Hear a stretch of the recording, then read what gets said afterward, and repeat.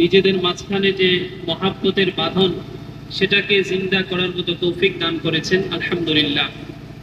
আসলে এখানে আসাদাজে ইকরাম আছেন, সাবেক তোলাবা ইকরাম আছেন, এবং বর্তমানে যারা শিক্ষানবিশ আছেন সেই সমস্ত তালেবান ইলমও আছেন। সকলের সম্মিলিত করে কোনো কথা বলা এটা অনেক দুষ্কর। এজন্য আমি সর্বপ্রথম এখানে আসার আমার দুইটা উদ্দেশ্য। আমি অনেক দূর থেকে এসেছি, ভোলা থেকে। প্রথম বিষয় ছিল মাওলানা জাকির সাহেব হুজুর যেটা বলেছেন যে আসলে আমাদের জীবনের প্রথম খেদমত এখানে, বিশেষ করে আমার সাতবাড়িয়াতেই শুরু। তো আপনারা যারা, আমরা আপনাদের জন্য চেষ্টা করেছি মেহনত করার, আপনাদেরকে আমরা আমাদের নাজাতের জরিয়া মনে করি। সেই মহাব্বতের কারণেই আমরা দূর থেকে এসেছি, এবং আপনারাও সেই মহাব্বতের নাজরানা পেশ করেই কষ্ট করে এখানে বসেছেন। একটা বিষয় ছিল সেই মহাব্বত। দ্বিতীয় আরেকটা বিষয় ছিল সকলের কাছ থেকে দোয়া নেওয়া। আমি আমার আলোচনার শুরুতেই আমি সকল আসাদিজা ইকরামের কাছে আমার সবিনয় অনুরোধ, আমার জন্য এবং আমাদের সকল তালিবান ইলমের ভাইদের জন্য দিল থেকে একটু দোয়া করা। দ্বিতীয় নম্বর, যে সমস্ত শিক্ষানবিশ তালিবান ইলম ভাইরা এখানে আছেন সকলের কাছে আমার একটাই আবদার, একটাই কথা, একটাই নসিহাত, সেটা হলো আমি আমাকে যোগ্য করে তোলা। একটু আগে মাওলানা জাকির সাহেব হুজুর, জাদিদ সাহেব হুজুর যে বিষয়গুলো বলতেছেন, মূল বিষয়বস্তু একটাই, আমি যদি নিজেকে যোগ্য না করতে পারি আমি সমাজের জন্য বোঝা হব, আমার নিজের জন্য আমি বোঝা হব। এজন্য এখনই আমার সেই যোগ্যতা গড়ার মূল সময়। সকল ক্ষেত্রেই, সকল বিষয়েই আমি আমাকে এখন যোগ্য করার জন্য মেহনত করা এবং দায়মীভাবে এই মেহনতকে অব্যাহত রাখার চেষ্টা করা। আমি আমাকে যতটুকু মূল্যায়ন করব সমাজ আমাকে সেইভাবেই মূল্যায়ন করবে। আরব কবি বলেছেন, আকরিম নাফসাকা ফাইন্নাকা ইন তুহিনহা ফালান তালকা মিনান নাসি মুকরিমা। তুমি নিজেকে সম্মানিত করো, নিজেকে আগে নিজে সম্মান দেওয়ার চেষ্টা করো। নিজের মূল্যায়ন যদি তোমার নিজের কাছে না থাকে বিশ্বের কেউ তোমাকে মূল্যায়ন করতে পারবে না। এজন্য আমরা প্রত্যেকেই সম্ভাবনাময় একটা অবস্থায় আছি। আমাদের এখানে যারা তালিবান ইলম অবস্থায় আমরা যারা আছি, আল্লাহ রাব্বুল আলামিন কুদরতান সকলের মধ্যে সেই প্রতিভা দান করেছেন। আমি যদি আমার সেই প্রতিভাকে ব্যবহার করে নিজের যোগ্যতাকে বিকশিত করতে পারি, ইনশাআল্লাহ আশা করা যায় ভবিষ্যৎ জীবন আমার জন্য আলোকময় হবে। আমি সমাজের জন্য, নিজের জন্য বোঝা হব না। আর যদি আমি এখন সেই যোগ্যতার মেহনতটা অর্জন না করি, আল্লাহ নচেত আল্লাহ না করুন, ভবিষ্যতে আমি আমার নিজের জন্য, সমাজের জন্য বোঝা হব। এই বোঝা থেকে মুক্তির প্রথম পথই হলো আমি আমার নিজেকে যোগ্য করার জন্য মেহনত করা। বিশেষ করে সেই সমস্ত তালিবান ইলম ভাই যারা এখনো শিক্ষাকালীন অবস্থায় আমরা আছি, এজন্য আমি তাদের প্রতি আবারও বলবো, অন্তত আপনারা নিজের প্রতি সদয় হয়ে নিজেকে যোগ্য করার চেষ্টা করেন। এক কবি সুন্দর বলেছেন, আপনি মন মে ডুবকর পা যা সুরাগে জিন্দেগি তো আগার মেরা বনতা না বন আপনা তো বন। আপনি নিজের জীবনের মর্ম বোঝার চেষ্টা করেন। ওস্তাদদের জন্য আপনি নিবেদিত না হতে পারলেও আপনার যে একটা ভবিষ্যৎ আছে, আপনার নিজের যে একটা জীবন আছে, একটাই কথা যে আমার জীবন, আমার জীবনের ক্ষেত্রে কারো সাথে কোনো আপোষ নেই। আমার এই জীবনকে আমি যদি গড়তে পারি তাহলে দেখবেন সমাজ, জাতি সবাই আমাকে মূল্যায়ন করবে, সবাই আমাকে কাছে টানবে। আর যদি আমি আমাকে সেইভাবে গড়াতে না পারি, আমি অনেক কৌশল করেই আমি কারো কাছ থেকে কোনো মূল্যায়ন পাবো না। এজন্য প্রথম নসিহা এটাই যে আমরা সকলেই নিজেকে সার্বিকভাবে যোগ্য করার জন্য মেহনত করি। দ্বিতীয়, যে সমস্ত তালিবান ইলম ভাইরা এখনো বিভিন্ন মাদ্রাসায় খেদমতরত আছি অথবা খেদমত করতেছি, তাদের উদ্দেশ্যে, বিশেষ করে সেটা সকল তালিবান ইলম ভাইদের উদ্দেশ্যেই হতে পারে, কিছু বিষয়। এখন ফিতনার জামানা, এই ফিতনার জামানায় নিজের ইমানের উপর, সঠিক সিরাতি মুস্তাকিমের উপর থাকা অনেক কষ্টকর। এজন্য আমাদের যেটা প্রয়োজন, কয়েক গুণ, কিছু গুণ আমাদের প্রয়োজন। তার মধ্যে প্রথম গুণ হলো ইমানি এহসাস থাকা চাই। ইমানি এহসাস মানে ইমানের অনুভূতি থাকা চাই।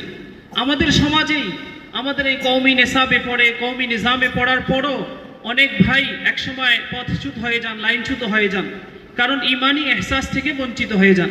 হযরত মুআজ বিন জাবাল রাদিয়াল্লাহু তাআলা আনহু বলেছেন, ইন্না আলাল হাক্কি লানুরা ওয়া ইন্না আলাল বাতিলি লাযুলমা। যে কোনো হকের একটা আলো থাকে আর বাতিলের একটা অন্ধকার থাকে। আমি ওই ইমানি এহসাসের মাধ্যমে হক কি বাতিল কি সেটাকে আগে বুঝতে হবে। ফিতনার জামানায় অনেক সময় আমরা সেই হক বাতিলের তামিজ করতেও কষ্ট হয়ে যায়, ওই ইমানি এহসাস না থাকার কারণে, নিজের ইমানকে বিকিয়ে দেওয়ার কারণে। এজন্য এক নম্বর গুণ থাকা চাই ইমানি এহসাস। দ্বিতীয় নম্বর গুণ ইমানি গায়রাত। আমার ইমানি অনুভূতির পর আমি যেই বাতিলগুলো সমাজে দেখছি, যদি আমি সত্যিকার অর্থে ইমানদার হই, আমি সেই সমস্ত বাতিলকে কখনোই বরদাস্ত করে নিব না। হযরতে আবু বকর সিদ্দিক রাদিয়াল্লাহু তাআলা আনহু নবীজির ওয়াফাতের পর যখন রিদ্দাতের ফিতনা শুরু হয়েছিল, তিনি এক বাক্যে বলেছিলেন, আয়ান কুসুদ্দিন ওয়া আনা হাই, আমি আবু বকর জীবিত থাকবো আর দ্বীনের অঙ্গহানি হবে, সেটা কখনোই হতে পারে না। এজন্য ইমানি গায়রত যদি না থাকে, তখন আমি দেখব বিভিন্ন বাতিল আমার জন্য সহনীয় হবে, বাতিল আমি সয়ে নিয়ে যাব, বাতিলকে আমার কাছে স্বাভাবিক মনে হবে। এজন্য ইমানি গায়রত আমাদের অর্জন করা চাই। তৃতীয় নম্বর গুণ হলো ইমানি সুজাআত। আমার ইমানি ইহসাস ও গায়রত আছে। আমি যদি মাঠে ময়দানে কাজ না করি, আমার বীরত্বের প্রকাশ না হয় সেই ইমানের, তাহলে সেটা কোনো কাজে আসবে না। যেমন হযরতে সাইয়্যিদুনা ওমর রাদিয়াল্লাহু তাআলা আনহু করেছেন। এজন্য ইমানি সুজাআত অর্জন করা চাই। চতুর্থ নম্বর গুণ ইলমি ইস্তেদাদ। সবচেয়ে বড় গুণ যেটা, আমার ইলমি যোগ্যতা অর্জন করা চাই। একটু আগে যে বিষয়টা বলেছিলাম আবারও বলছি, বিশেষ করে আমরা এখানে যে সমস্ত তালিবান ইলম ভাইরা উপস্থিত হয়েছি, ওস্তাদের কাছ থেকে দীর্ঘ সময় ইস্তেফাদা করেছি, আপনাদের কাছে একটা বড় আমানত। আমরা এই জন্যই আপনাদের কাছে শিখিয়েছি, এলেমের এই ধারা যেন কিয়ামত পর্যন্ত অব্যাহত থাকে। আপনারাও শিখাবেন, আপনাদেরও ভবিষ্যৎ ছাত্র হবে, তারাও আপনাদের পরবর্তী প্রজন্মকে সেইভাবেই বলবে। এজন্য আমরা সেই আমানত আপনাদের কাছে বলার জন্য যে না, আমি এই পর্যন্ত আসার পিছনে এখানে যত উস্তাদ আছেন, আমরা যারা আছি, আমার মনে হয় না কেউ এমন আছেন যার পিছনে তার কোনো একজন ক্রন্দনকারী ওস্তাদ নেই। কোনো না কোনো একজন ওস্তাদের কান্নার ফসল, কোনো না কোনো একজন উস্তাদ তার জন্য কেঁদেছেন, সেই ফসল হিসাবে আমরা এখানে বুঝতে পারছি। এখন সেই উস্তাদের সেই চোখের পানির আমানত আমিও যেন আমার পরবর্তী প্রজন্মের কাছে রাখতে পারি। এজন্য ইলমি মেহনতের সাথে আমি আমাকে সংযুক্ত রেখে যতটুকু সবার কষ্ট করে যেভাবে হোক আমার অন্যান্য জরুরত অবশ্যই চেষ্টা করবো, যেটা জাকির সাহেব বলেছেন। বাকি কথা হলো এমন যেন না হয় সেটা করতে গিয়ে আমি আবার আমার লাইন থেকে লাইনচ্যুত হয়ে যাই। এজন্য সেই আমানতকে আমরা নিজেরা রক্ষা করার চেষ্টা করব। ষষ্ঠ গুণ হলো, পঞ্চম নম্বর গুণ হলো তাআল্লুক মা আল্লাহ। আমরা যত আয়োজন করেছি, যত সব কিছুই করেছি, যদি আল্লাহর সাথে সুসম্পর্ক আমার না থাকে, ইলমের হাকিকতই আমার অর্জন হয় নাই। কারণ ইলম এমন এক নূর যেটা ইমানদারের হৃদয়ে থেকে সুবাসিত হয় এবং সুরভিত হয়। এখন সেই নূর যদি আমার আল্লাহর সাথে সম্পর্ক না হয়, তাহলে সেই ইলম আমার আসলে কোনো ইলমই হবে না। এজন্য আল্লাহর সাথে সম্পর্ক গড়া। আমরা অনেক সময় মাঠে ময়দানের বক্তৃতা, মাঠে ময়দানের স্লোগানকে মনে করি কামিয়াবির মূল চাবিকাঠি, কিন্তু আমার সব কিছুর পর যদি আল্লাহর সাথে কবুলিয়ত না হয়, আল্লাহ রাব্বুল আলামিনের মাধ্যমে সেটাকে আমি বাস্তবায়ন করতে না পারি, তাহলে আমাদের বিজয় কখনোই সম্ভব না। আল্লাহ কোরআনে কারীমের মধ্যে বলেছেন, ইয়ানসুরকুমুল্লাহ ফালা গালিবা লাকুম ওয়া ইয়াখযুলকুম ফামান যাল্লাযী ইয়ানসুরকুম মিন বাদি। আল্লাহ যদি বিজয় দেন, কে আছে পরাজিত করার? আর আল্লাহ যদি পরাজিত করেন, কে আছে বিজয় দান করার? এজন্য সর্বশেষ আমাদের যেটা অর্জন করতে হবে, আমরা যেন আল্লাহর সাথে সেই সম্পর্কটা দৃঢ় করতে পারি। কারণ এই মাদারিসে কওমিয়ার মূল ভিত্তি এই তাআল্লুক মা আল্লাহর উপর। এজন্য আমরা সেই বিষয়ে যত্নবান হওয়ার জন্য, যার প্রতি আমার আস্থা হয়, আমার বিশেষ করে এখানকার যারা তালিবুল ইলম ভাইরা আছি, আবনায়ে আনোয়ারের নামে যেহেতু হযরতের সাথে আমাদের একটা সুসম্পর্ক হচ্ছে, আমরা সেইভাবে আমার জিন্দেগি গড়ার জন্য ভবিষ্যতেও যেন তাকওয়ার পথ সুগম থাকে, আমার সেই সোহবত অর্জন করে আমি লেগে থাকার চেষ্টা করব। পারবো তো ইনশাআল্লাহ? আল্লাহ আমাকে আমাদের সকলকে আমল করার তৌফিক দান করেন। আর সর্বশেষ সকলের কাছে আমার একটা আরজি, তাদাররু ইলাল্লাহ, আল্লাহর কাছে কান্নাকাটি করা ছাড়া বিকল্প আর কোনো পথ নাই। আল্লাহ রাব্বুল আলামিনের কাছে আমি যত কাঁদবো, ততই আমার জীবন এবং আমার সবকিছু, আমার ভাগ্যে পরিবর্তন হয়ে যাবে। বিশেষ করে ওস্তাদরা এসেছেন অনেক দূর থেকে।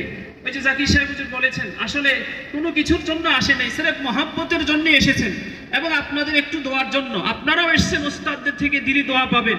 এজন্য ওস্তাদদের জন্য দোয়া করা। ইমাম মালিক রহমতুল্লাহ আলাইহির জন্য ইমাম শাফি রহমতুল্লাহ আলাইহি বলেছেন, আমার জীবনে আমার বাবা মার চেয়েও বেশি দোয়া করেছি আমার ওস্তাদ ইমাম মালিক রহমতুল্লাহ আলাইহির জন্য। আল ইন্তিকায়ের মধ্যে ইবনে আব্দুল বার রহমতুল্লাহ আলাইহি লিখেছেন।